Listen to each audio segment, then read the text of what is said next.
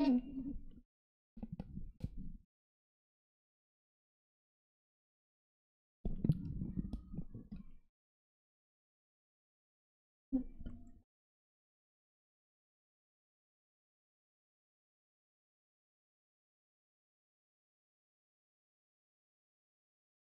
two, one, two. Et c'est Tipar. C'est exactement Tipar. Ah, Monsieur Fixou Lab. Lapin féroce, t'ai déjà dit. Bonsoir, Chavenet aussi. Détail, salut à toi. Tu n'as pas la ref par rapport au titre du stream, mais c'est pas grave du tout. Détaïs, bonsoir à toi.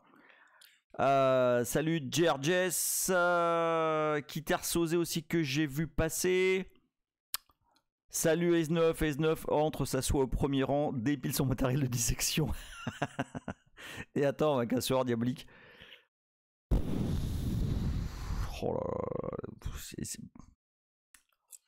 là. Ace9 fait accidentellement tomber un scalpel 6 fois de suite. Oui, c'est absolument Interstellar, le finnois.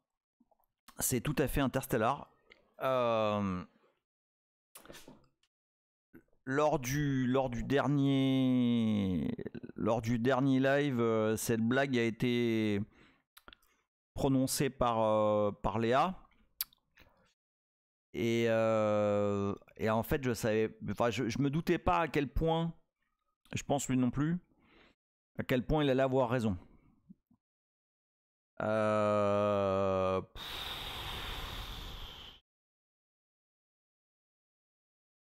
C'est un espèce de piège. Je suis tombé dans un traquenard, les amis. Alors la vidéo de la dernière fois dans laquelle je bois un verre de vin tranquillement n'a absolument pas été censurée de YouTube. Donc je vais pas mettre des grosses races là, mais hein, un petit verre de vin. De toute façon, il va nous falloir ça. Hein. À la vôtre.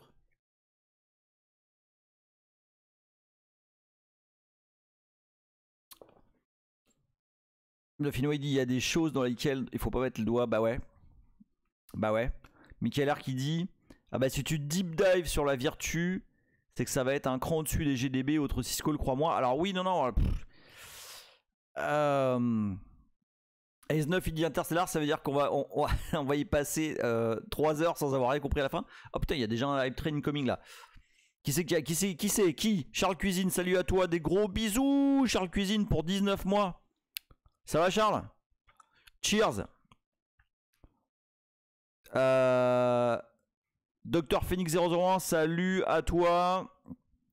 Laterlus qui dit non mais déjà là on a quand même l'impression qu'on est revenu 2 ans en arrière sur le premier live. Le nain, salut à toi, bisous, merci le nain qui se sub pour le 28e mois. Le nain, merci beaucoup à toi. Des énormes bisous sur la bouche. Salut Fred26. Alors, est-ce qu'on est revenu en arrière? Oui et non. Oui et non. On est revenu en arrière dans le sens où effectivement on est en train de deep dive beaucoup plus loin que j'avais prévu.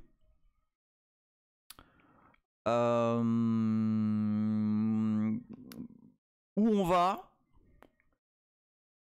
je ne saurais vous le dire. Parce que Ace9 qui vient de sub pour Lithium moi, Ace9, des gros bisous. Merci beaucoup à toi. Merci à tous ceux qui sub. Ça me fait ultra plaisir pour de vrai. Ça me fait vraiment... Oh Léa! Léa qui dit c'est ici le set du DJ Power Mix. Regarde le titre, il est pour toi hein, Léa. Hein. Vers l'infini et au-delà, ouais, c'est très possible. Bah alors, je vous le dis direct, on va pas traîner avant de démarrer. Hein, parce que... oh là là là là là là. Déjà... Je fais une petite intro hein, avant de démarrer parce que honnêtement on va pas je vais pas pouvoir faire une intro de 30 minutes sinon on va rien faire. est-ce que vous vous rappelez? Je vais le rappeler de toute façon. Mais pour les fidèles parmi les fidèles, vous vous rappelez de ce qu'on essaie de faire?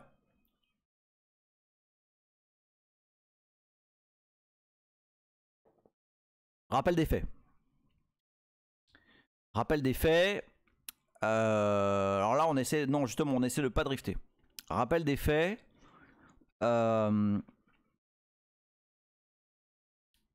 Linux. Previously on 24. Alors c'est pas non, c'est pas tout à fait un kernel from scratch. Normalement, c'est pas du tout même. Donc le kernel Linux, c'est démarrer. Ou plutôt, on va le faire comme ça. QEMU. Vous connaissez tous QEMU. QEMU implémente depuis quelques années un flag. Exactement hardware, c'est un micro OS qu'on essaie de faire. Mais là, on est revenu vachement en arrière. Ouais, c'est presque ça, Chavenet. En fait, le kernel Linux implémente une fonctionnalité. Non, plutôt, QEMU implémente une fonctionnalité, pardon, qui permet, au lieu d'appeler un bootloader qui va charger un noyau, etc., QEMU implémente un truc qui s'appelle PVH, qui est initialement l'invention de Xen, qui permet en fait de démarrer un noyau directement, sans avoir à passer par la couche bootloader qui va préparer des choses, qui va passer des infos à la VM, etc. Et ça permet quoi? Ça permet de démarrer un noyau Linux très très vite. Et l'utilisation, enfin l'utilité de ce truc-là,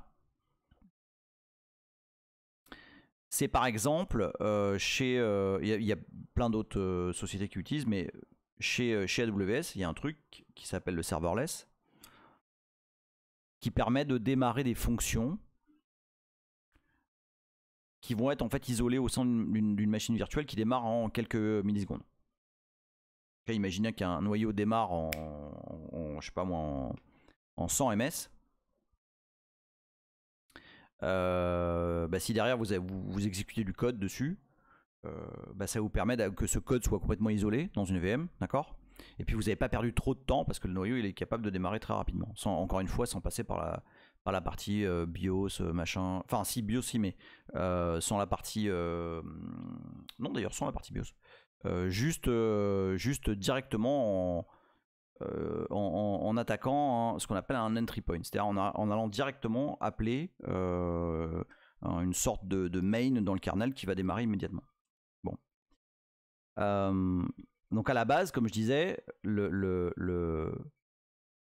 premier le premier hyperviseur à avoir implémenté ça, c'est Xen. Salut Kassirmé.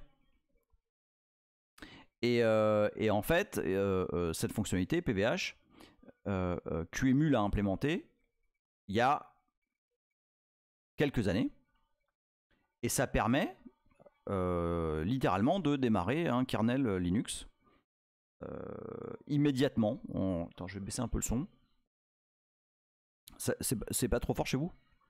Bon, ici ça tabasse un peu. Hop, voilà. Michael Hardy, pour recouper avec les C from scratch, plus tard, on pourrait même faire un code de VM directement qui serait runné comme un programme et sous forme de VM hardware. Ouais. Salut Laurent. Alors attends, parce que l'objectif là, donc j'y viens, donc QEMU implémente ça, et il se trouve que ça a été fait de concert avec le kernel Linux. Et donc le kernel Linux sait être démarré directement comme ça, via un point d'entrée, on appelle ça un point d'entrée, un entry point, PVH. Et donc ça fait quoi? Ça fait que... salut Cooltrain. Ça fait longtemps qu'on t'a pas vu là, Cooltrain. Est-ce que le flag Xen dans le kernel, ces derniers bypassent l'IDT également? Alors honnêtement, tu bypasses toute toute la couche d'initialisation, notamment les premiers steps en 16 bits, etc. Donc je suppose que oui, mais je peux pas les fermer. C'est justement, ça fait partie des 2 millions de sujets que ça a ouvert. Donc le kernel Linux implémente ça. QEMU, c'est utiliser ça. PVH, c'est pour, en fait, c'est du paravirtualisé qui utilise HVM, donc les fonctions de virtualisation native des CPU. Je vais pas revenir sur toutes les explications sur Xen, PVH, PVHVM, etc. parce que ça a pris la moitié du live, même 3/4. Donc je vous invite à voir le live précédent parce que c'est une grosse partie, mais c'est pas nécessaire pour ce qu'on fait ici. Ok. Ouais, c'est ça, Léa. En gros, le entrée des artistes main, c'est comme le bypass de la file d'entrée des aéroports. C'est un peu ça. C'est un peu ça. Il y a plein de choses que tu as plus besoin de faire parce que c'est directement transporté par la couche de virtualisation. Et donc, il se trouve que FreeBSD, depuis quelques mois, parce que ça, Colin Percival, putain, Hardware, tu me bousilles là, t'es sérieux? Hardware, il dit sincèrement, sans flagonnerie, le dernier live, c'est un des meilleurs que t'aies fait. Putain, c'est bon, le niveau il est là, et là, va falloir putain, t'as pas le droit de faire ça. Il y a du décalage son-image chez moi, ça va.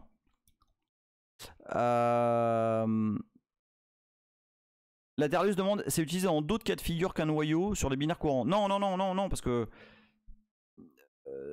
sérieusement, l'objectif c'est vraiment de démarrer un noyau. C'est vraiment de préparer ton environnement pour exécuter des trucs de façon sécurisée, enfin des programmes dans un environnement avec de la mémoire virtuelle, etc. Le plus rapidement possible. Léa dit, et on démarre dans 3 minutes. Tu prévenais parce que je suis constamment en retard, quoi. Non, parce que vraiment, enfin, il faut qu'on...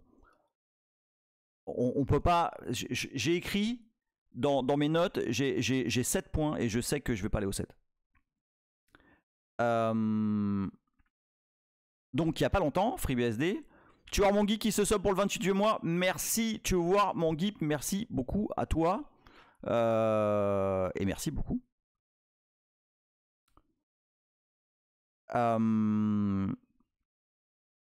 La deck, salut la deck qui dit c'était plus simple les cours de C pensés pour suffire.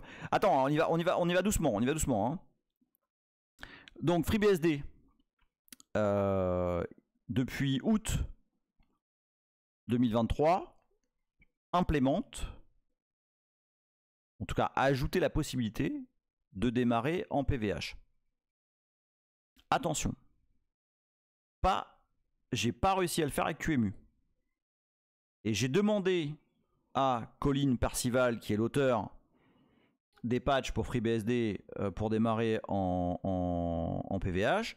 Il m'a dit, ah ouais mais non, j'ai pas essayé. Ah tiens oui, effectivement il y a un tout petit délai. J'ai pas essayé avec d'autres hyperviseurs que Firecracker. Firecracker, c'est l'hyperviseur de AWS, qui est l'hyperviseur utilisé pour démarrer justement ces fameuses mini-machines serverless qui exécutent du code sur AWS. Ok.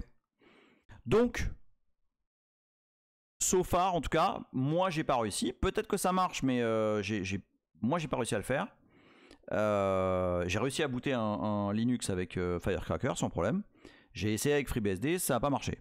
J'ai peut-être pas le bon noyau, j'ai peut-être pas plein de choses, il y a plein de possibilités. En tout cas, j'ai pas réussi à le faire.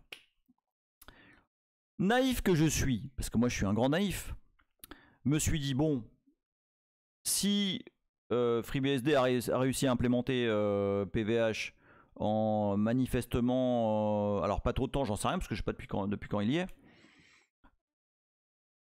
Je me dis bon bah vas-y, je vais prendre les patchs, je vais les appliquer dans NetBSD, puis roule Simon, puis voilà, on va avoir PVH aussi. Salut Marty McFly. Et donc, je commence à regarder un petit peu ce qu'il y a et tout, et puis bah naïvement, donc là je vais direct Eh, je suis bon, hein. 15 minutes. Alors attends, on va pas aller là tout de suite. Donc, naïf que je suis, moi je me dis... Salut Dr Neverwhere. Exactement, Tinoz. C'est Emile Stellar. Naïf que je suis, je me dis bon, je vais démarrer le kernel NetBSD avec moins kernel, le nom du noyau, etc. Et si vous vous rappelez bien, donc là voilà, hein, j'ai un donc c'est un noyau que j'ai configuré, enfin j'ai un fichier de conf, micro VM, machin. Je l'ai buildé avant le live pour pas que ça prenne 2000 ans.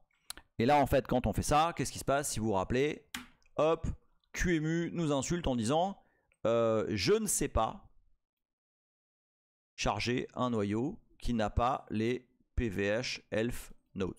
Donc là je fais un petit rappel hein, de la semaine dernière. Tout le monde suit encore là? Parce qu'on...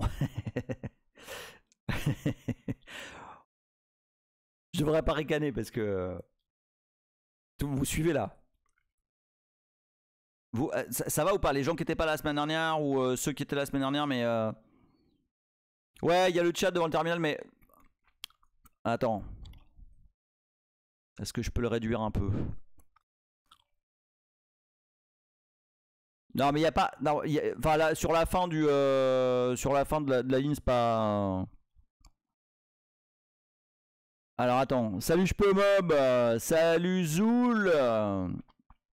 Ah merde, oui non, c'était pas la semaine dernière. C'est vrai, c'était pas la semaine dernière, c'était il y a 2 semaines. Salut Zelo, c'est donc qui m'a fait la remarque et donc non mais t'inquiète pas, il y a pas de, il y a rien d'important. C'est en gros c'est le chemin vers. Attends, bouge pas, je sais que c'est un peu relou cette histoire là, c'est que je suis obligé de. Donc je sais pas si je fais. Tiens, je vais le faire. Faire comme ça, voilà. Comme ça, vous le voyez. Donc CPU host, moins kernel, le chemin vers le kernel. Bim. Et puis, moins serial. Gna gna gna gna gna. Voilà, ça c'est la commande complète. Ok, et là, donc, on se fait envoyer chier. Wouh, Ponceto. Oh putain, on a Ponceto. Salut Ponceto, des gros bisous à toi, dis donc. Et il y a Virtualabs aussi. Ouais, c'est le fame ce soir, là. Ouais, pour l'instant, il n'y a rien. Hein. De toute façon, je vous spoil, il n'y a rien du tout. si, vous allez avoir mal à la tête. Tout ce que je peux vous dire, c'est que dans 30-40 minutes, vous allez tous prendre des Doliprane. Salut Antorbebs.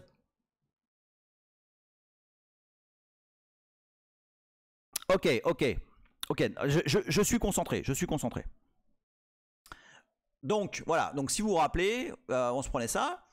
Et du coup, en cherchant ce qu'a fait monsieur et Heidi, j'ai pris un Doliprane avant par convention. Non mais t'as raison. Donc j'ai regardé ce qu'avait fait Colin Percival dans FreeBSD et puis je suis tombé sur ce patch. Ce patch qui dit que en fait, alors c'est là où il faut se concentrer là. Donc, est-ce que vous savez que l'entry point d'un programme, enfin plutôt le point d'entrée d'un programme ELF, donc à une adresse, hein, qu'on peut voir comme ça d'ailleurs, tiens, on va le faire avec, je sais pas, avec ls par exemple, on va faire readelf, moins h je crois pour les leaders, je sais pas, on va faire binls. D'accord? Voilà, donc voilà, par exemple, binls, il a un entry point à cette adresse. D'accord? Qui va être relogé par rapport à l'adresse virtuelle du processus, etc. Mais voilà, ça a un entry point. D'accord? Bon. Un noyau, je n'ai de cesse de dire qu'un noyau, ce n'est rien de plus qu'un programme. Qui fait 2-3 trucs, mais c'est un programme. Et de la même façon, le noyau NetBSD, c'est un programme. Et en l'occurrence, c'est un objet ELF. Salut 0x5642. T'as vu la vitesse à laquelle je dis ton nick? Je pense que tu devrais être surpris.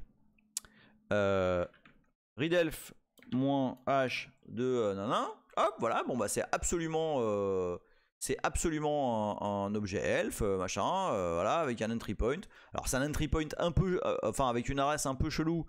Parce que premièrement, bah, c'est un objet 32 bits, 64 bits, pardon. Et deuxièmement, que c'est l'adresse de base du noyau. L'adresse de base du noyau, c'est, enfin, dans la mémoire virtuelle d'un OS en 64 bits, c'est FFFFFFFFF 80 20 B0. Enfin non, pardon, c'est 8000000.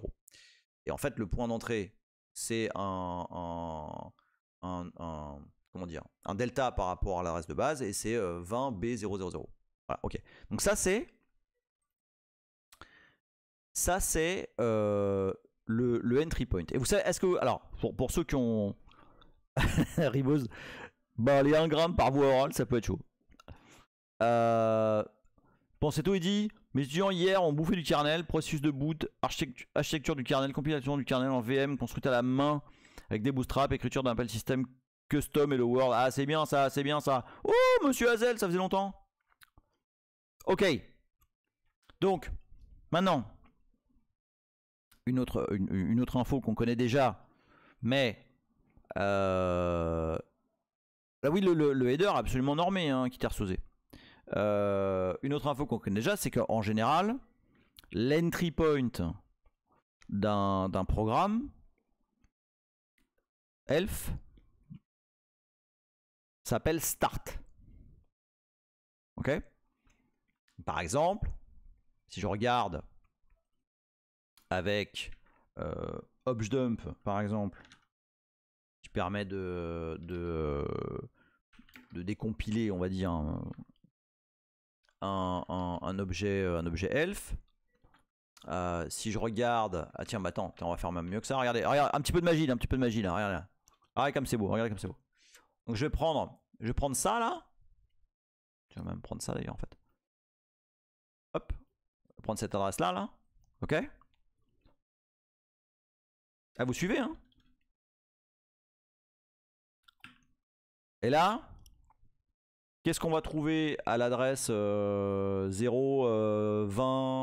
B000? Où est-ce qu'on est? On est là. Eh ben, je vous le donne en 1000. Start. C'est beau ça quand même, hein. Ah, attendez, qu'est-ce qui se passe là? Ponceto il dit. Ah, ok, Ponceto il raconte. Donc voilà, très bien, rien que de très normal. Mini Rodriguez. Salut Tartampion. Ok, je la refais. Donc, je disais, voilà le header elf du noyau NodeBSD. D'accord? Dans ce header, on voit que l'entry point adresse de ce programme, il se trouve être un kernel, mais c'est un programme. Salut à Kavins. Ça, c'est des trucs que vous pouvez faire chez vous, hein. Vous faites un readelf de binls, readelf de ce que vous voulez. Vous allez voir l'entry point du programme que vous utilisez. Non, il n'y a pas d'assembleur encore. Enfin, s'il y en a, mais t'inquiète. Ouais. Donc, ça, ok. Et alors, donc là, je prends ça là. Enfin, je prends ça, cette partie là de. Bon, à la fin. Donc voilà, je prends, tu vois, 020 B000. Je fais un objdump -d. Donc, objdump -d, ça désassemble le binaire en question. Et là, en l'occurrence, c'est le kernel, ok. Et tu vois, sur le côté là d'un objdump, il y a l'adresse, tu vois, du programme que tu es en train de désassembler. Et là, si je cherche l'adresse 20 B000, sur quoi je tombe? Bah, sur la fonction, évidemment, start. Ok? Donc là, est-ce que tout le monde est d'accord avec moi ou pas? Est-ce que déjà là, on est tous en ligne là? Regardez pas l'assembleur, n'ayez pas peur.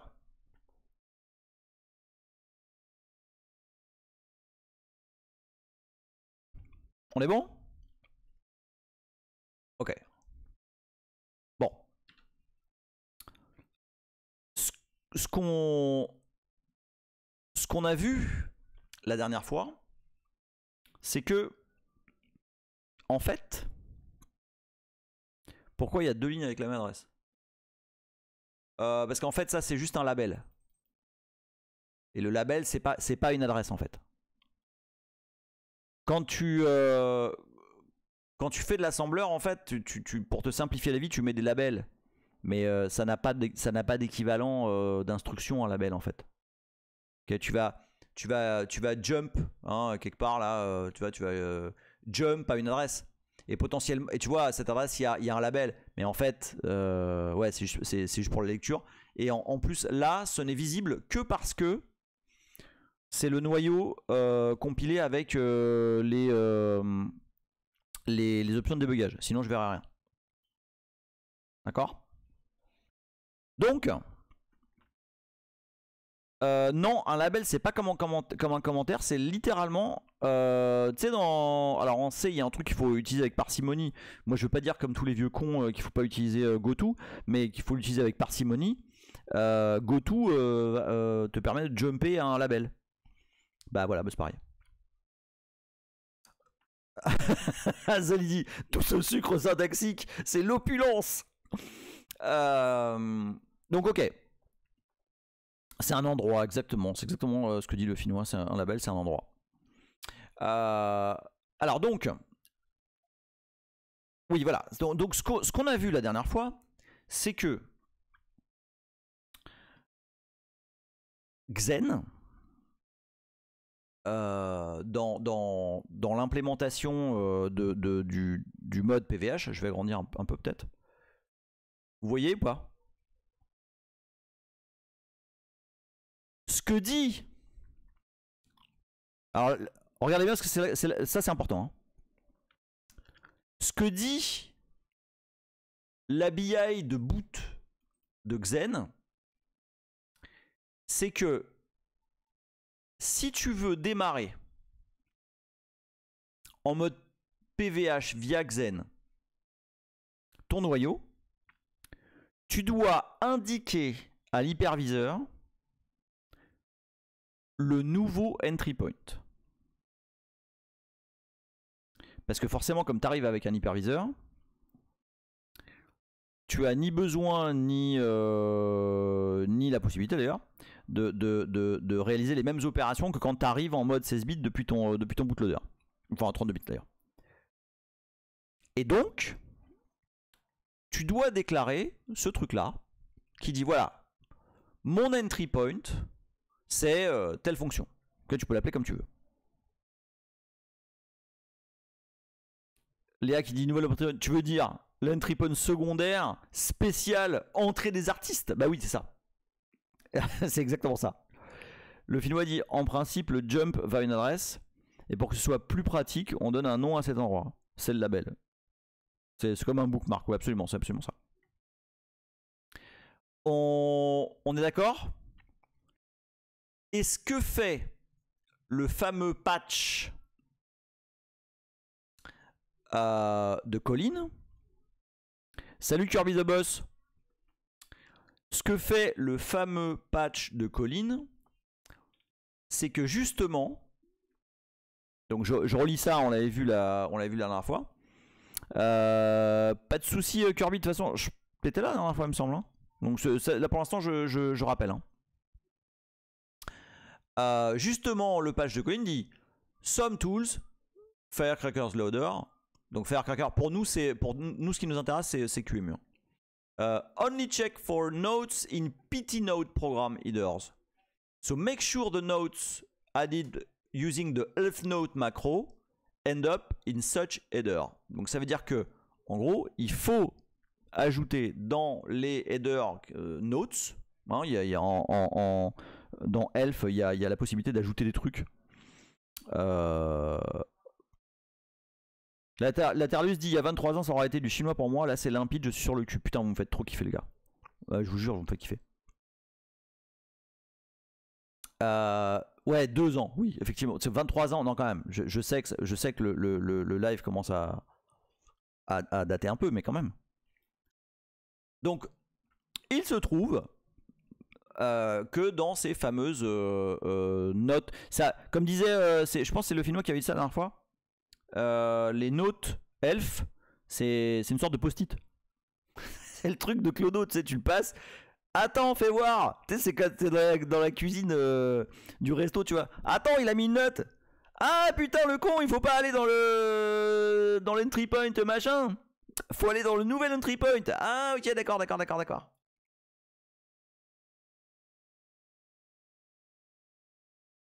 Donc, ce que fait ce patch, c'est ça. C'est ajouter. Alors la syntaxe est absolument dégueulasse. Hein. Ouais, j'ai littéralement copié-collé comme un gros bourrin. J'ai été voir la doc de ce truc là, putain mais c'est au secours. La doc là de ce machin là, c'est insupportable. Donc je me suis servi. Hein. De toute façon, j'ai l'impression que tout le monde le fait pareil, parce que tout le monde a le même patch. Linux a le même patch, tout le monde a le même patch. Donc qu'est-ce que j'ai fait? J'ai été regarder. Donc voyez un peu ça là, hein, à quoi ça ressemble. Antorbubs il dit c'est pas cauchemar en cuisine, c'est cauchemar en mémoire. C'est exactement ça. Attends. Pouh, ah putain, tu viens. Tu sais pas, mais tu viens de marquer 10 points vision dans le futur. Cool Trendy, et tout ça librement disponible pour pas dater. Et pas daté, agrémenté de drift en plus pour le plaisir. Merci, mais avec grand plaisir. Les ID, ça se refile des patchs comme ça se refile des MST en soirée coquine. Bah écoute, alors, non, c'est pas ça. C'est ça. Alors, ce qu'on va faire. Donc, nous, on recherche un truc qui ressemble à ça. Hein? Elf Note, machin. D'accord? On recherche ça où?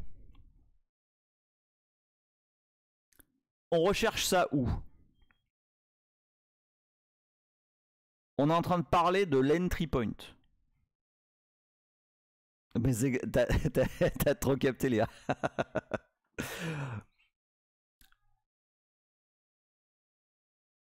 On cherche ça. C'est l'entry point, les amis. L'entry point d'un programme Elf. Mais pas n'importe lequel. L'entry point du kernel. Est-ce que vous vous rendez compte? Le kernel, il est appelé par le bootloader.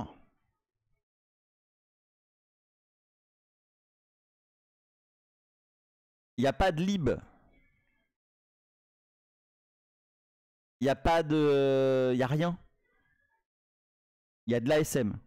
Il y a des instructions machine. D'accord? Donc qu'est-ce que je fais moi? Bah je regarde. Je sais que dans...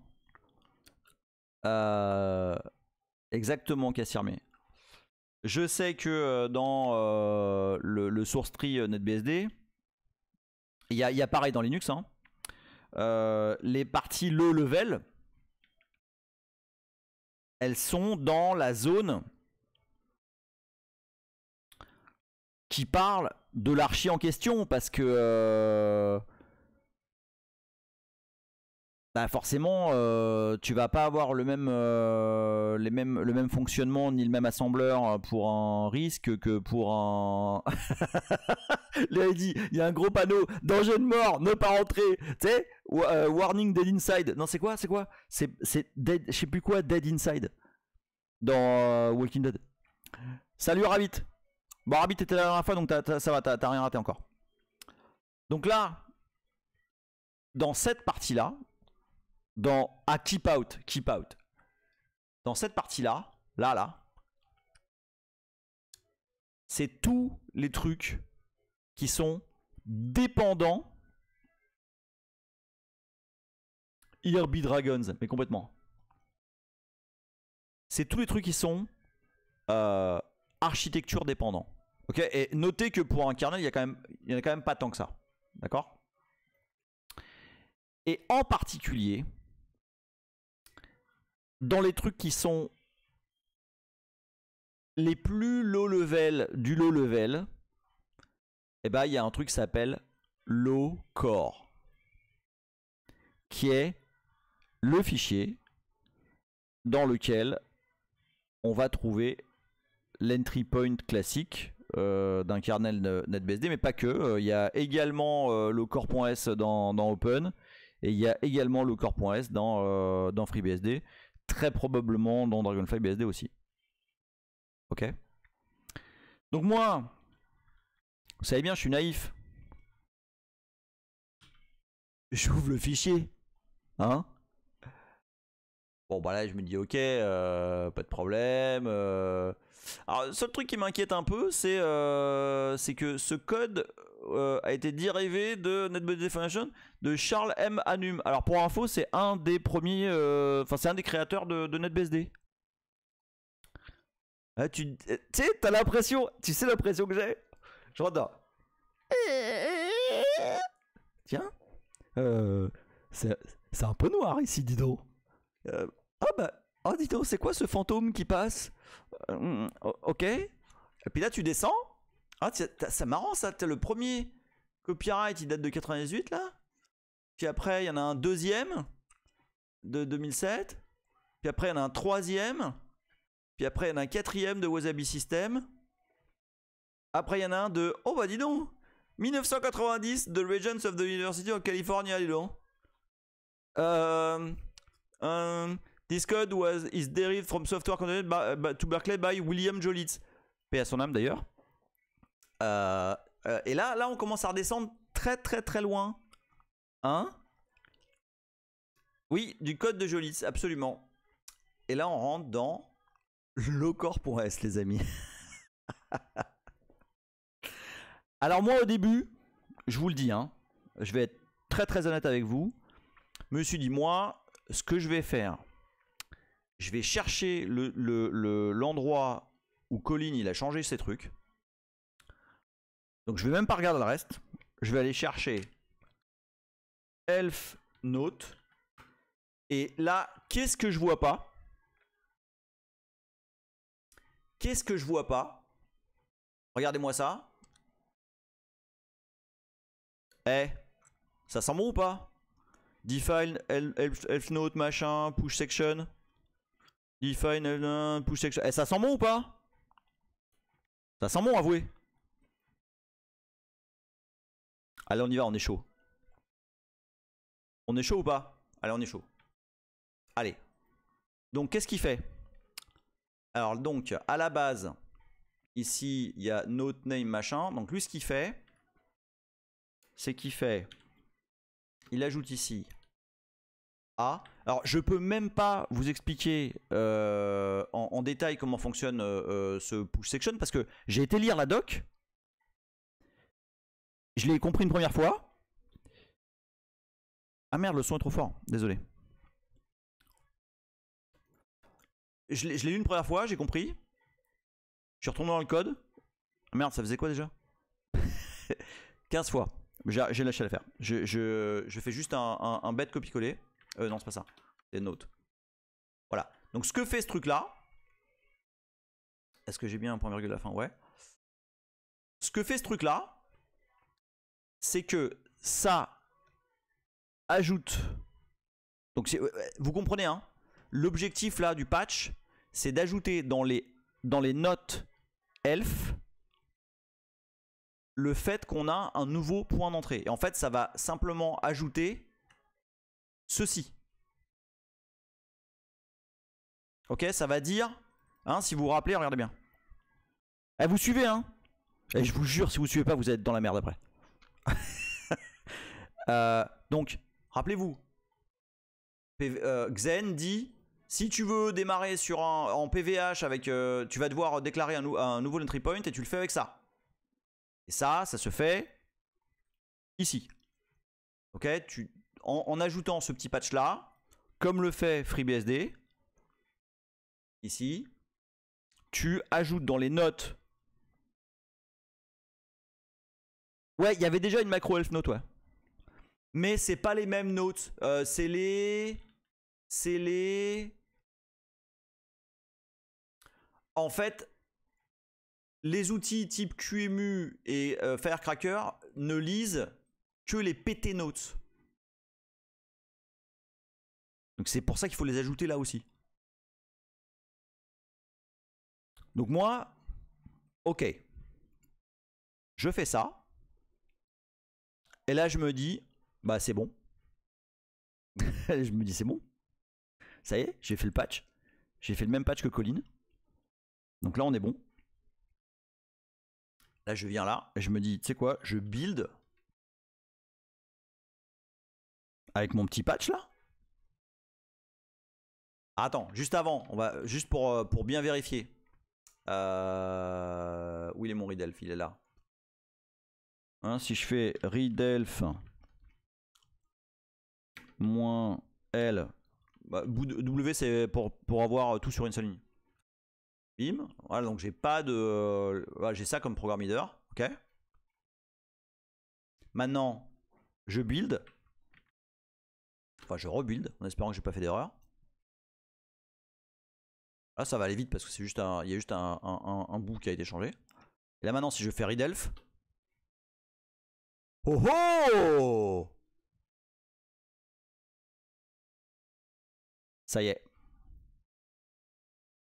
Et là, les amis, j'ai fait ça. Au prochain boot, je vois un kernel NetBSD booté.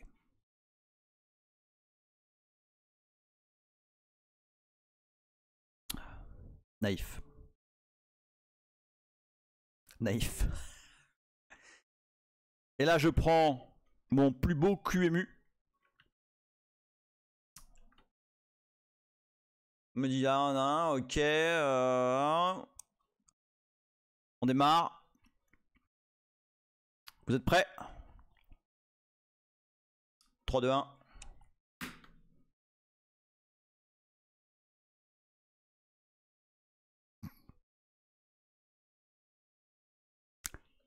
Alors par contre, il se passe un truc.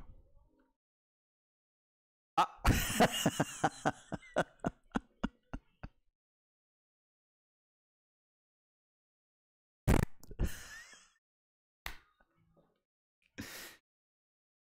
Mesdames, messieurs.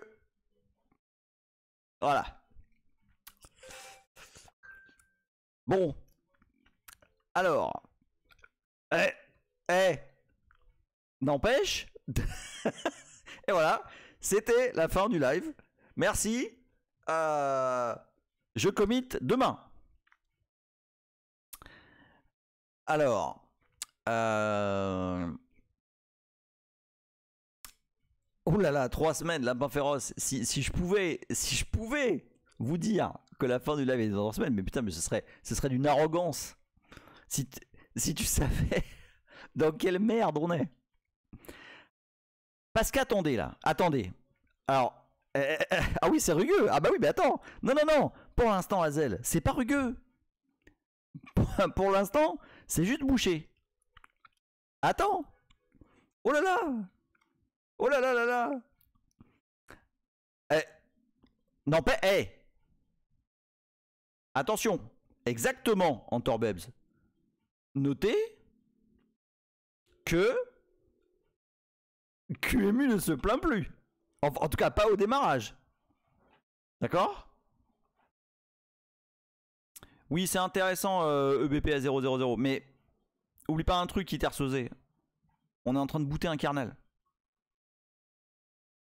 On a rien encore, on est à poil. Mais attends. Attends. Ok. Alors. Mais comment je sais, moi, où on est? Comment Non mais absolument, Dr Phoenix. Il n'y a pas de stack. Il n'y a rien pour l'instant. Il n'y a rien. Comment vous voulez que je sache où je suis là-dedans? Il n'y a même pas de putain de printf. Charles Quinn, il est dispo en board market ce jeu. Ouais, mais tu vas te ruiner, mon pote. Bah non, il n'y a pas de printf, Léa. Il n'y a rien. Il n'y a rien.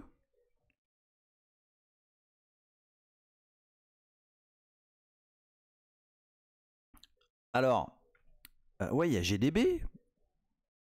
Il y a GDB, mais je cherche quoi? Alors attendez, je vais je vais vous dire, évidemment on peut GDB. Mais moi je veux voir. En tout cas, je veux sentir ce qui se passe, tu vois. Alors on va y aller par on va y aller par plusieurs entrées. Colline, qui est tombé dans un truc à peu près similaire. Ça dit GDB, c'est trop high level. Colline qui est tombé dans un truc plus high level, il a vu ceci. Alors, donc je vais partager l'écran en deux. Et alors attends, c'était quoi déjà? C'était hashtop moins c'était quoi? C'est moins P, je me rappelle plus que c'était quoi la commande. Pour matcher sur un truc c'est moins P, hashtop, je sais plus. Non, moins F, moins grand F. Donc voilà, donc je vais faire un QEMU. Vous allez voir, Donc voilà, hop, attends, on finit. Ah ouais, mais c'est parce que j'ai déjà un QEMU qui... Mais c'est pas grave, on va voir. Donc là, vous allez voir. Je vais relancer notre kernel dont la fonction principale est de loader, enfin de charger le CPU. Hop. Là, vous allez voir. Hop. Et là, qui se passe, je note que j'ai un load à 100%. D'accord? Ok. Donc qu'est-ce que je peux faire? Parce que, en fait, à ce stade, oui, probablement que c'est, en tout cas, une boucle qui a une sale gueule. Mais à ce stade, qu'est-ce que je veux savoir? À votre avis, à ce stade, qu'est-ce que je veux savoir? On va essayer de réfléchir ensemble. Là, tout ce que je sais, c'est que j'ai changé le comportement du boot. Du boot, je sais pas si on peut appeler ça un boot en fait. En fait, à ce stade, le problème, les amis, c'est qu'à ce stade, je sais même pas ce qui se passe. Je sais pas où je suis. Je sais même pas si je suis quelque part. Non, Xobrage, on est bien avant de savoir ce qui provoque le fault. Oui, bah évidemment, le Finnois il sait. Je veux savoir où je suis. Exactement, S9. Peut-être que le bug est dans le entry point Xen. Peut-être. Mais j'en sais rien en fait. Donc, ma première... Et c'est ce qu'a fait Colline en l'occurrence. Après, on va aller un petit peu au fond. Mais mon premier debug. Mais non, Rolling Phoenix. Salut Rolling Phoenix. Il n'y a pas de printf. Il n'y a rien. Rolling Phoenix, regarde bien. Quand on fait ça, on est comme ça. Regarde, on est comme ça.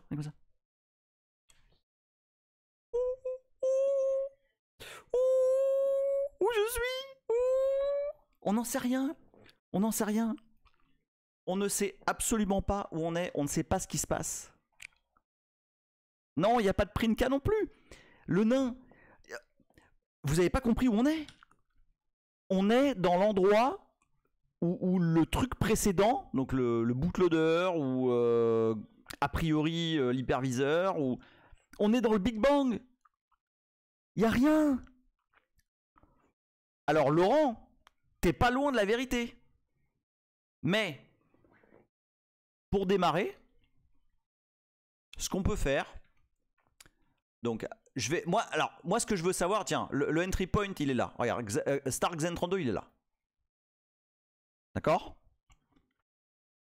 Hein, si vous vous rappelez, dans les notes Xen là, ici, voilà, on a dit le Xen Elf Note machin entry qui est défini par Xen. On doit aller là. Alors on n'est pas dans la... Phaléon, on est... Normalement en tout cas, on n'est pas dans la mémoire des fameux 644K. parce que logiquement, justement, l'hyperviseur a déjà dû nous passer en 32 bits. T'es pas loin de la vérité, le nain. T'es pas loin de la vérité. Alors, effectivement, lateral use, ce qu'on va faire, c'est qu'on va ajouter une instruction très basique pour savoir si oui ou non on arrive ici ou pas. Parce que moi j'en savais rien, je me demandais, ça se trouve en fait on arrive sur l'entry point start. Je savais pas moi si ça marchait cette histoire là. Donc qu'est-ce que je fais? Bah je fais ça. Donc très simplement, quand j'arrive dans ce entry point, je vais juste arrêter le CPU. Et du coup, je vais arrêter de loader. Ça va arrêter de charger le CPU. Bon, c'est pas la meilleure méthode du monde, mais bon. Donc, je me dis, vas-y, tu sais quoi? Vu qu'on est seul dans une planète déserte, sans aucune possibilité d'afficher quoi que ce soit, rien, bon, on va y aller par dichotomie. Alors, on y va. Je rebuild mon noyau avec cette nouvelle instruction, en priant à chaque fois pour que ça marche. Voilà. Et là, on va voir si, quand je démarre, ça load. Ah. Ah. Ça n'a pas l'air mal, mon histoire. Bon. On n'est pas trop mal. Ça sent bon, ça sent bon. Ok. Ok. Donc clairement,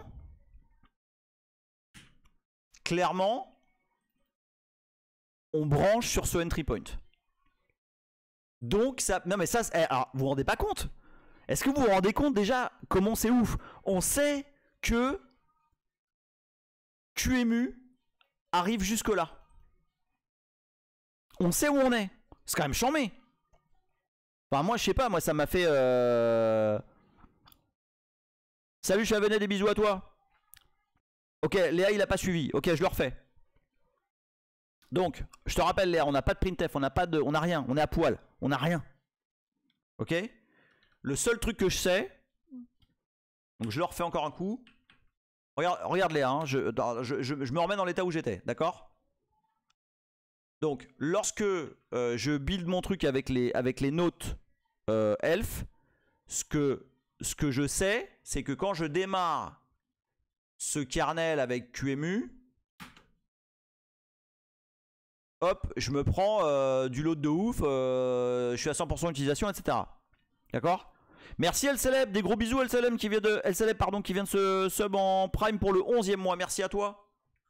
Et que à la fin ça finit par un vieux panique de QEMU, on sait pas trop encore pourquoi, mais voilà. Ok? Et ce que j'ai fait, que tu suis là? Donc je sais que voilà, ça crache dans tous les sens. Bon.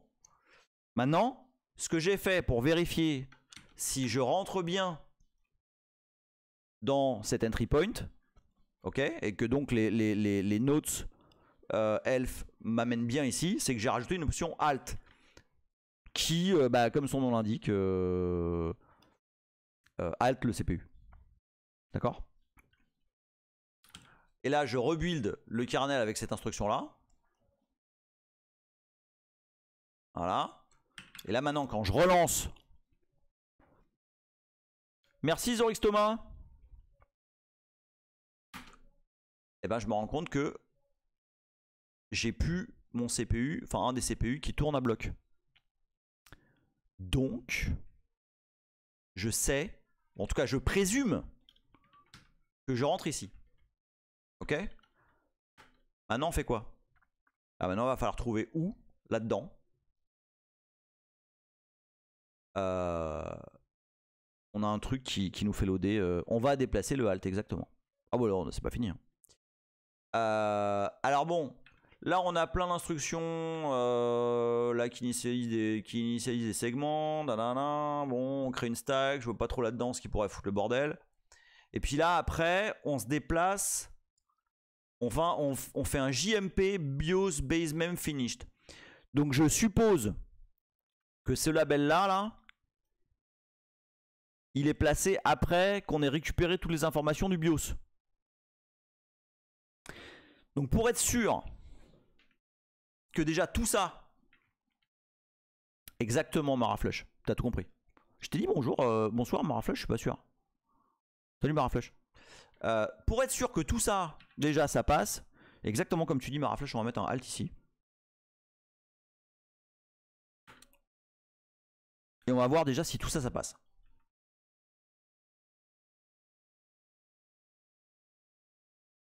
Voilà. Alors, est-ce qu'on va charger nos races là? Je vous avoue que ça m'aurait arrangé. Hein.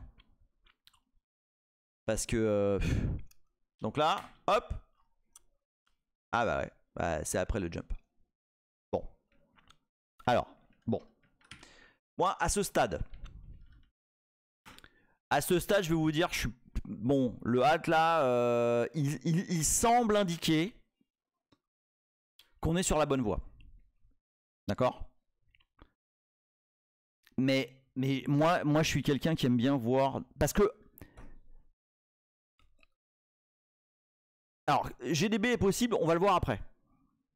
Mais là, j'y vais vraiment petit à petit, quoi. Et j'aime le concret. Et c'est exactement ça, Maraflush. Moi, j'aime voir des trucs. J'aime... Et là... Alors, attends, le problème final, à savoir booter NetBSD en PVH, non. Justement. Mais attends. Là, en fait, c'est du quasi zéro deck que vous avez. Hein. Vous avez mes avancées semaine par semaine. Salut Ascles. Donc, moi j'aime bien. J'aime le ciment. Ouais, voilà, c'est ça. Et en fait, je commence à regarder un peu partout et tout, sur les posts, sur le net, machin. Et je vois des mecs qui disent ouais bah quand t'es vraiment très très haut dans l'assembleur et tout, que t'es juste après le BIOS, etc. Ce que tu peux faire c'est faire du out sur le port série. Oh les mecs. Attends là. Ok. Ok.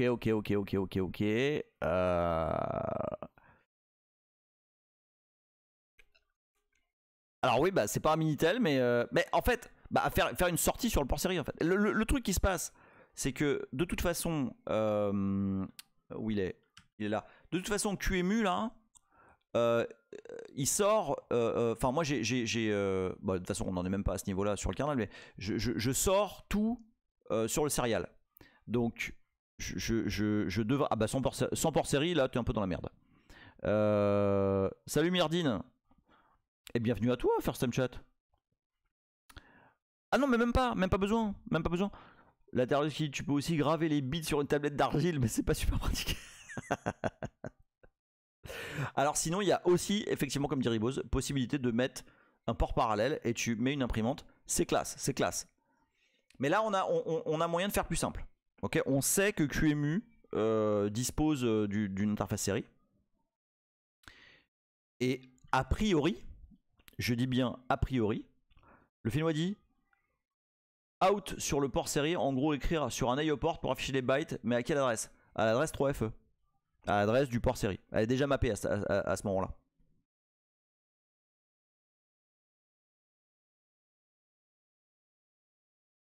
Donc 3F8, oui, 3F8, pardon, pas 3FE. Alors, non, mais sur la machine physique, non, mais sur une machine virtuelle, oui. En l'occurrence, une machine QEMU, tu as le serial. Alors, ce que j'ai réussi à faire, je vais pas passer toutes les étapes parce que on en a pour très très longtemps sinon. Mais en fait, voilà.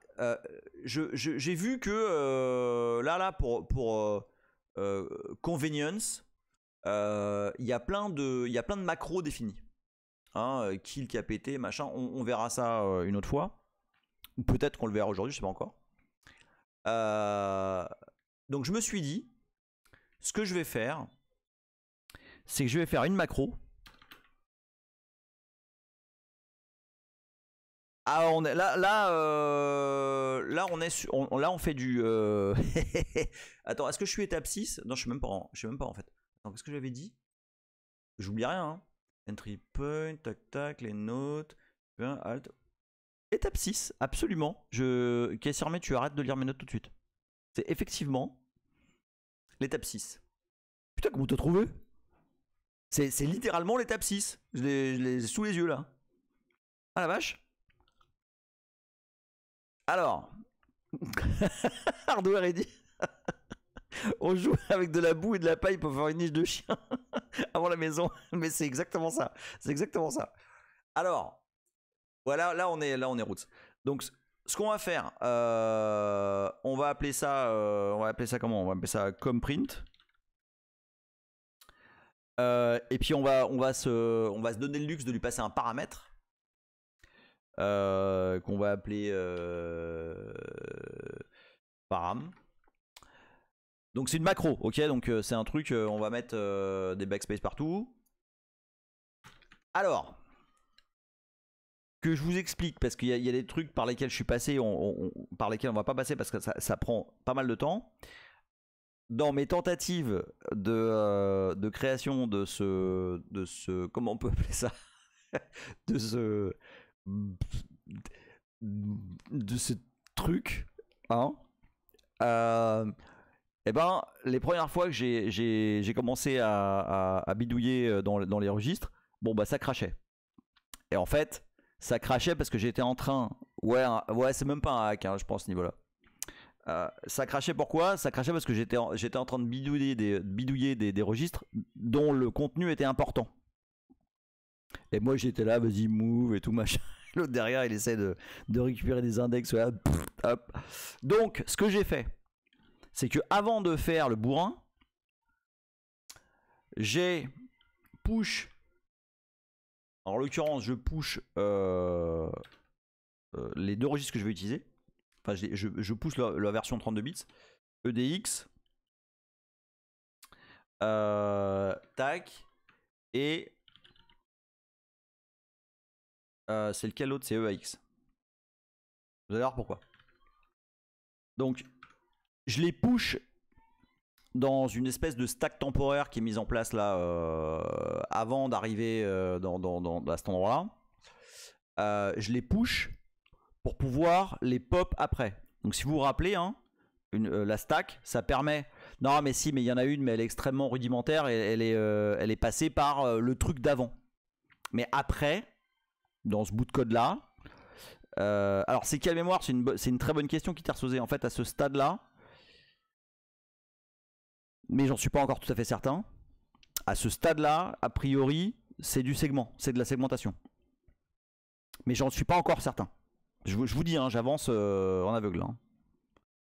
Donc, je sauvegarde mes registres EDX et EAX. C'est ça, hein, EDX, ouais. Et je vais... Et alors, c'est pas... j'invente rien. Hein, c'est comme ça que en très très low level, on écrit un truc sur le port série. Donc oui, j'avance à l'aveugle, mais avec un port série. Donc là, ce que je fais, c'est que je vais écrire... Attends, on va faire la chose bien. On va define console hey, port à donc 0x3 f8. Okay, vous connaissez cette adresse là, 3f8? C'est l'adresse Salut besoin de X. C'est l'adresse du port série en l'occurrence. Ouais, mais moi aussi, hein, Rolling Phoenix. Hein. Moi, ça m'a. J'étais en train de faire ça va jamais marcher. Ça va jamais marcher, c'est pas possible. Attends, de quoi Attends, à qui tu réponds, Léa?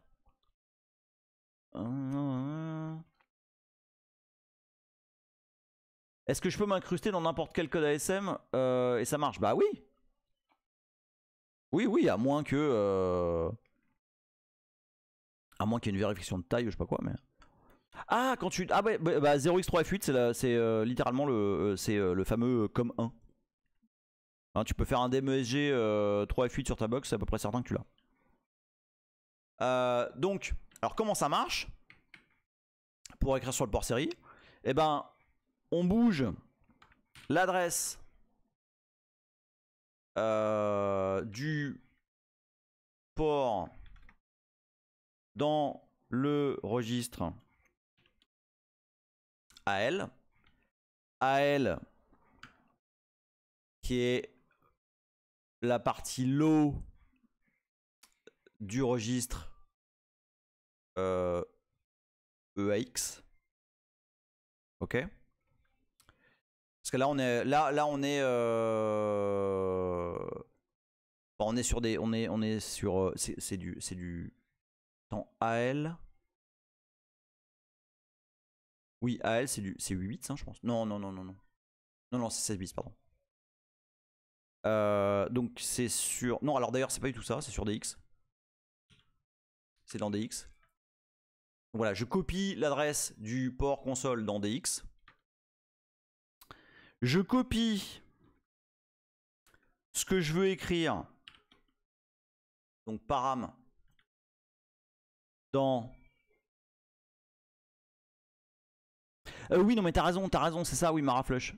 AL c'est 8 bits et AX c'est 16 bits. Oui, t'as raison, t'as absolument raison. Et alors donc, ouais ça, param je le veux dans AL. Justement, voilà, c'est un byte, t'as absolument raison. Bim. Et une fois que j'ai ça,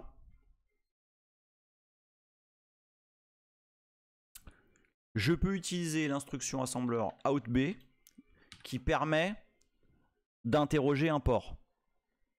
Ok, enfin d'envoyer quelque chose sur un port. Et là en l'occurrence, ce que je fais, c'est que j'envoie AL qui contient le caractère que je vais envoyer. J'ai perdu combien de personnes là? Parce que là ça parle plus du tout et je suis très inquiet.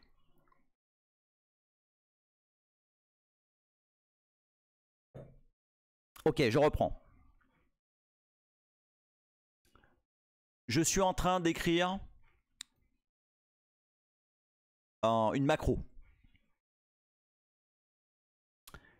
Une macro, c'est un truc qui va s'expand. Ok, qui va, c'est-à-dire que quand je vais utiliser ça là, ce mot-là, dans le code, ça va remplacer ce mot-là par ce qu'il y aura en dessous. D'accord? C'est ça une macro. Ça va remplacer le contenu. Enfin, ça va remplacer le mot qui est là par ce qui est en dessous. Ok? Ici, tout ce que je fais ici, c'est que je sauvegarde le registre EDX. Attends. Qui est perdu là? Qui est perdu? Attends, parce que... Dites-moi où est-ce que je vous ai perdu. Ça va être plus simple.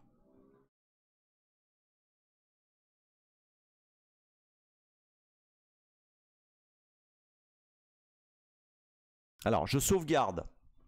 Ok. J'ai été... Console port, je l'ai fini là. Regarde.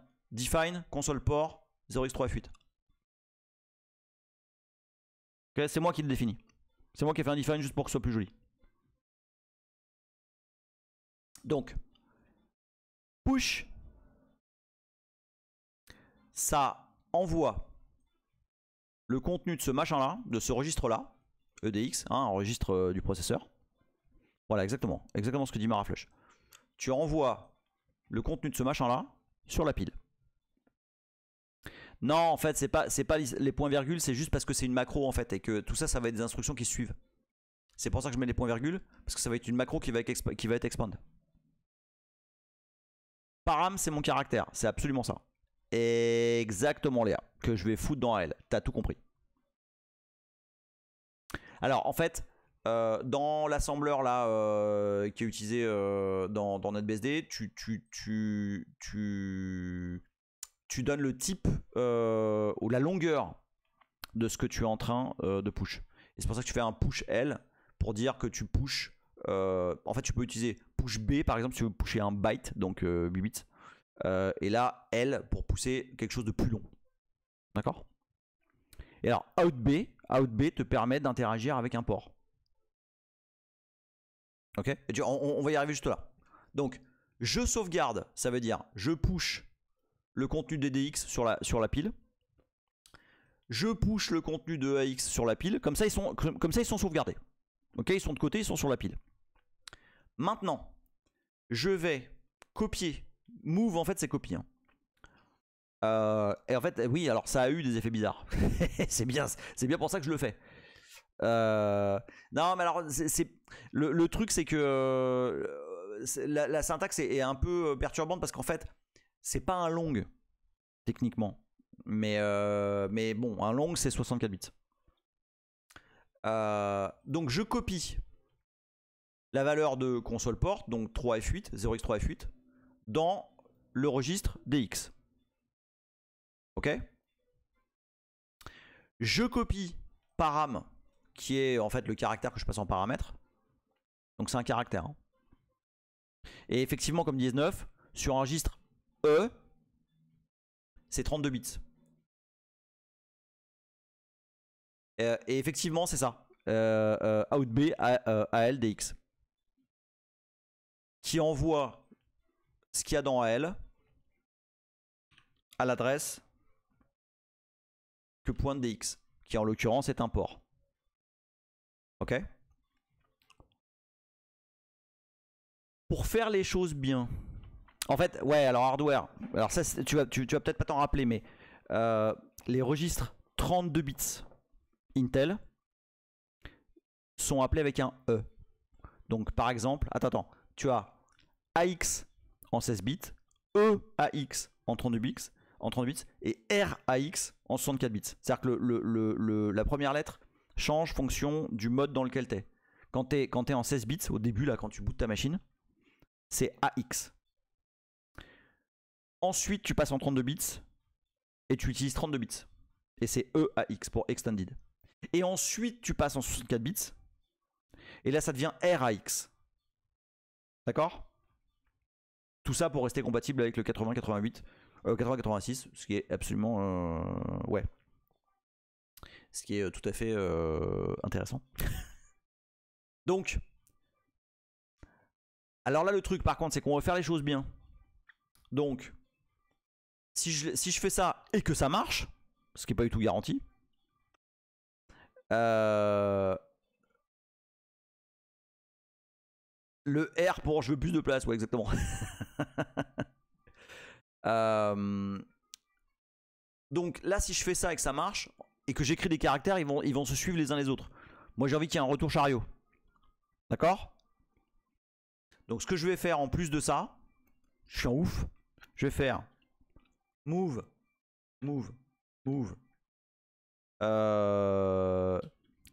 0x0a qui est en fait retour chariot. Ok, c'est 10. Dans AL. Ah, j'ai oublié ça ici. Hey. Bim. merci Maraflush, merci. Maraflush qui dit il met le savant fou, mais j'aime beaucoup. Vraiment, vous savez pas le temps que ça a pris ça. Donc je mets 10 pour avoir un retour chariot pour ce joli. Et je refais un out B pour avoir un retour chariot, voilà. Ok. Et surtout, oui, non mais pareil, j'aime pas, mais non, parce que le Finnois dit ah, mais cette syntaxe Intel avec la source en premier, destination après, Burk. C'est voilà, c'est comme ça dans le exactement en Torbebs. Ne pas oublier après de remettre les choses comme on les a trouvées. Hein. On a fait du caca et là on arrive. Oui, non mais t'inquiète pas, hein, t'inquiète pas. Regarde, je remets tout à sa place. Hop, pop, EAX. Voilà. Te fâche pas, te fâche pas. Regarde, hop, Popel. Popel. Non, attends, j'ai fait de la merde là. EAX. Voilà. Hein, EDX. ED. Eh putain, voilà. Non, on n'a pas besoin. Voilà, c'est bon. Là, c'est le dernier là. Ok. Voilà, ni vu ni connu. Non, non. Attends, moi j'ai fait un truc. Attends, mais pas du tout. Alors, Popel dépile. C'est-à-dire, tu vois, ici, on a pushé, donc on a sauvegardé le registre EDX, enfin le contenu du registre EDX sur la pile. On a sauvegardé le contenu du registre EAX sur la pile. On a fait nos petites merdiers avec DX enfin avec EDX et EAX parce qu'on a modifié leur contenu. Bam bam, on fait des trucs, on écrit des choses sur le port série, en tout cas on pense. Et à la fin, on remet les choses en l'état. Ok, c'est comme t'as pris le petit vase en porcelaine là, hop, tu l'as déplacé, hop, tu fais ton petit truc là et tu remets le vase en porcelaine dessus. Voilà. Comme print, c'est la lampe torche du kernel. Ok. Et param, en fait, c'est un truc que je vais passer en paramètre. Ok, de ma macro là. J'ai déclaré une macro à laquelle je vais passer un paramètre. Okay, c'est vraiment c'est vraiment extrêmement rudimentaire, mais bon. Ok. Normalement, j'ai un espèce de printf qui ne peut printer qu'un seul caractère, hein, soyons d'accord.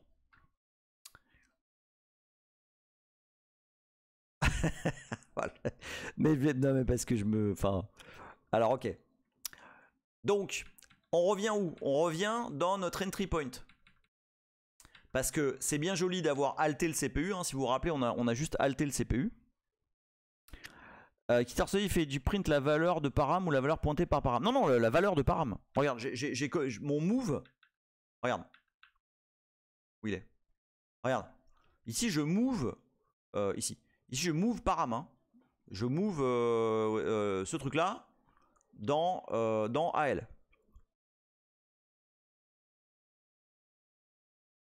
D'accord? Qu'est-ce qu'il a dit, Charles Cuisine? Nous avons écrit 2 caractères. Zeldy, c'est déjà plus que toute la série, c'est from scratch. C'est vrai. C'est tout à fait vrai. C'est tout à fait vrai. Ok, donc moi, ce qui m'intéresse, c'est start Xen 32. Est-ce que réellement, parce que c'est bien gentil d'avoir arrêté le CPU, mais moi, je veux savoir. Je veux savoir. D'accord? Et donc là, je vais faire comme print de X. Vous avez pas idée. J'ai quasiment tremblé en faisant ça. Donc là, bon alors ça, si ça passe du premier coup, laisse tomber.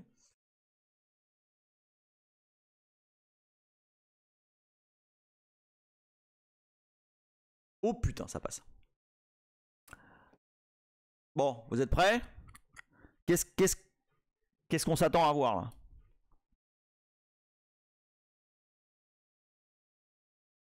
Qu'est-ce qu'on veut? Un X. Ou un crash. On est prêt?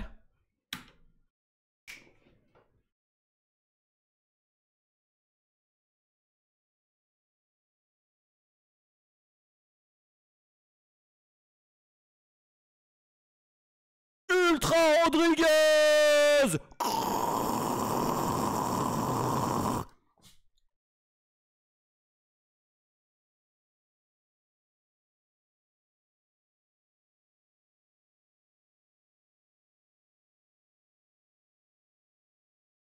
Je peux vous dire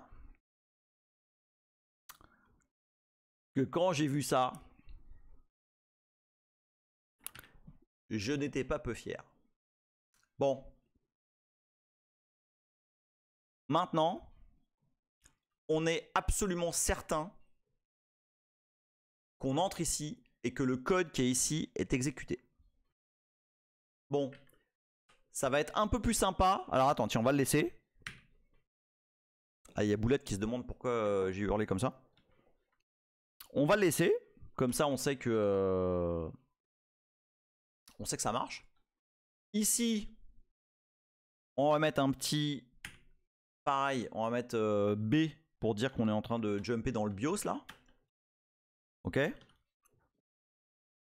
Ou Y, ouais. Vas-y, Y.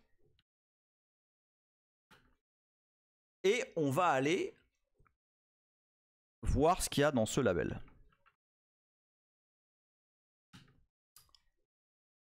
Alors, comme on le supposait, est-ce qu'il faut pas lier en padant? Moi, je pense pas, non. Peut-être, hein, je sais pas. Mais je dirais que non. Enfin... Je dirais que c'est plutôt le job du linker de faire ça. Ou du compilateur plutôt. Donc comme on le présumait, on branche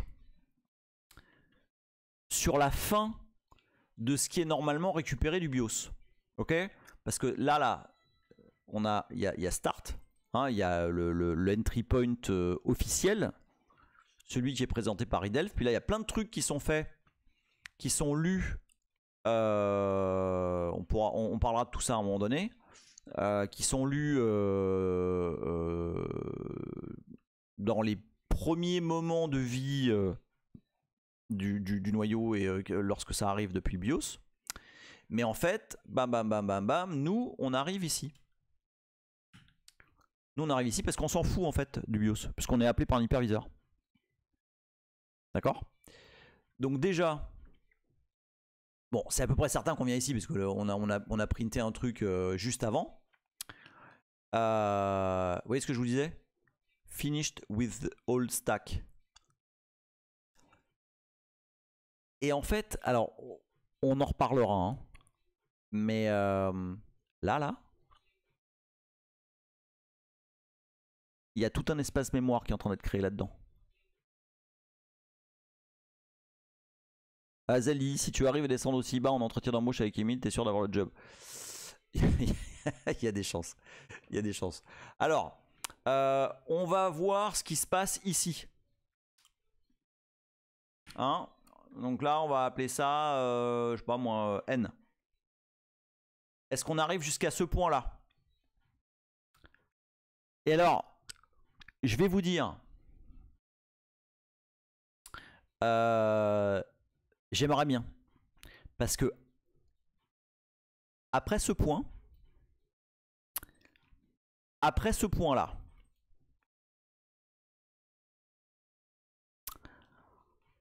c'est la merde. Après ce point-là, c'est vraiment la merde. Donc on y va. Est-ce qu'on arrive ici?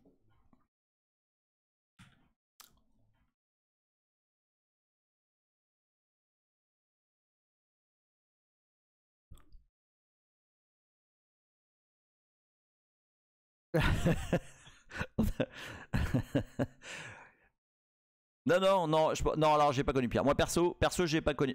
Pire qu'après là, j'ai pas connu. Tiens, attends, du coup le htop il est plus nécessaire. Voilà, donc on y va. Donc là ce qui serait bien, c'est de ne pas avoir de N. Parce que ça voudrait dire que ça a craché avant. Tu vois, c'est ça qui serait bien.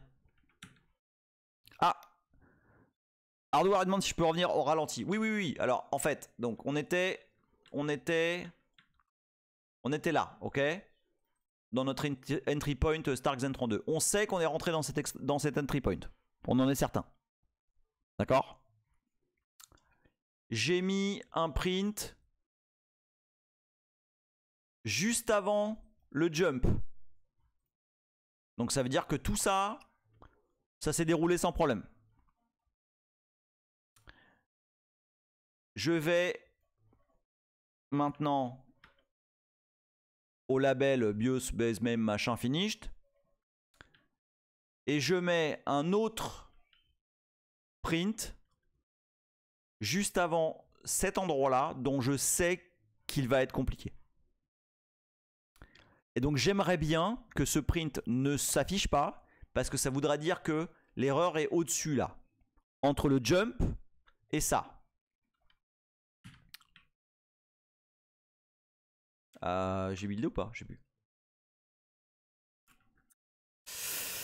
Et là. Et merde.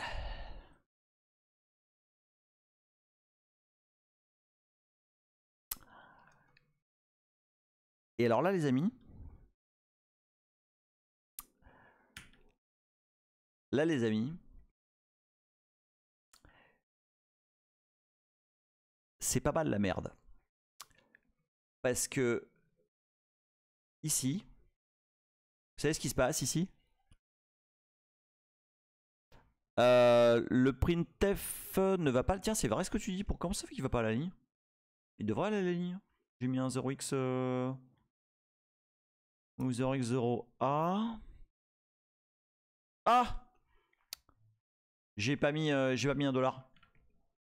Quand tu veux que ce soit une valeur, faut faire ça. Je le refais. T'as absolument raison. T'as absolument raison. Près de 26. On va le refaire. Hop. Voilà. Ah bah tiens. Ah mais non, je l'ai enlevé. Attends, je l'ai enlevé le N ou pas? Attends. J'ai un doute là.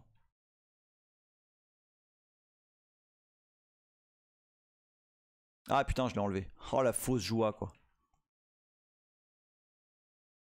Ah la fausse joie. Voilà. Si je fais ça.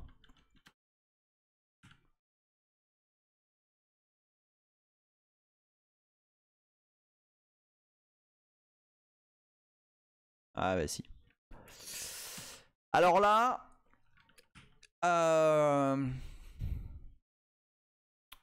Voilà, c'est la merde. Parce que ici, en fait, ce qui se passe, à partir de là, c'est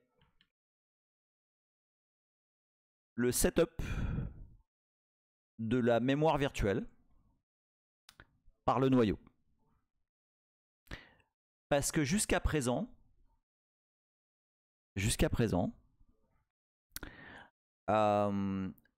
on était sur des adresses physiques, réelles, et on va tout mapper dans un espace d'adressage virtuel qui est relatif à là où est le noyau. Jusque là, c'était c'était simple.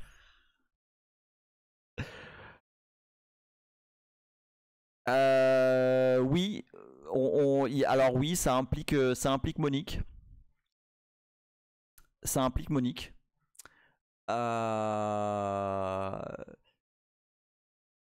Et alors, je vous donne un spoiler.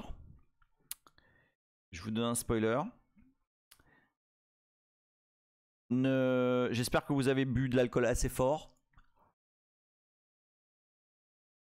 Voilà ce vers quoi on se dirige.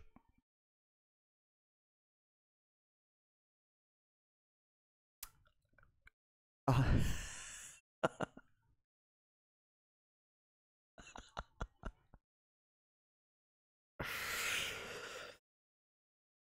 Oui, je sais. Non mais je sais, hein. J'avais pas du tout prévu.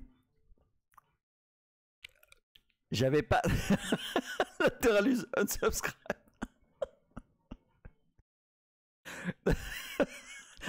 Celle qui dit je crois que j'ai vomi un peu dans ma bouche. Mais genre voilà. Hardware, il se moque de ses viewers. Non. Mais non, mais moi je veux rien. Moi je voulais juste... Non, alors 4 en fait. Parce qu'en fait si tu regardes... Non, Maraflush dit il y a 5 indirections, mais en fait non, il y en a ça va, il y en a que 4. Si tu regardes ici, là, regarde. Hop. Virtual address space of the kernel. Bam bam bam bam bam. Et de L4. Ah, je trouve qu'il y a, je sais pas pourquoi, là, la stack elle se trouve là, là. Puis L3, L2, L1, voilà.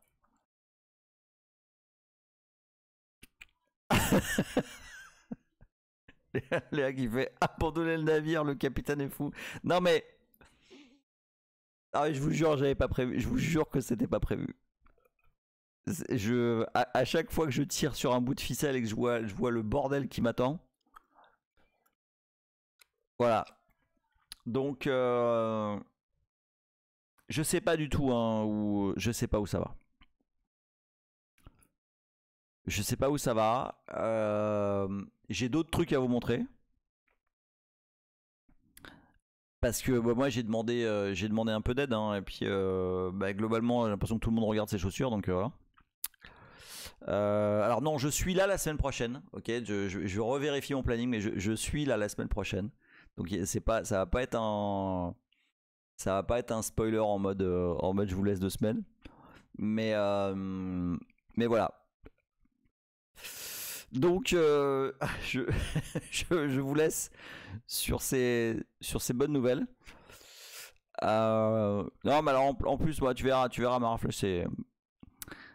Je vous laisse sur ces bonnes nouvelles. Je vous laisse revoir les choses. Dites-moi, hein, dites-moi si s'il y a des trucs que vous n'avez pas pigé. Non mais attends, Maraflush, tu sais quoi, mais moi je sais pas pour l'instant. Je sais pas du tout. J'espère que cette semaine je vais avoir du temps pour aller au bout de cette merde là. Mais là ça devient chaud. Là ça devient chaud. Voilà. Donc bah, je vous tiens au jus. Et puis on voit bah, le cliffhanger, c'est que pour l'instant voilà, on arrive là et que alors je sais à quel endroit ça chie, on le verra la prochaine fois. Et puis bah après on va voir qu'est-ce qui se passe quoi. Alors il n'y a pas de dépôt GitLab, hein, ça c'est le repo, c'est le repo NetBSD tout à fait normal et officiel, hein, tu vois. Git remote -vv, c'est github.com netbsd src. Voilà. Je vous envoie chez Virtualab parce que je pense qu'il est là. Merci à tous d'avoir été là. Low comme low level. Et core, bah comme core quoi. CORE. Je vous envoie chez Virtual Labs. Faites-lui un bisou pour moi parce que je vais pas pouvoir rester avec vous. Merci encore parce que vous êtes trop fort. Et puis bah rendez-vous la semaine prochaine pour voir où on va quoi. Des gros bisous à vous les lutinos. Je vous adore. Merci de suivre ce que je suis en train de faire. Je sais pas pourquoi vous êtes là. Je sais pas. Mais je vous aime. Gros bisous. Allez, on va arrêter Virtual Labs.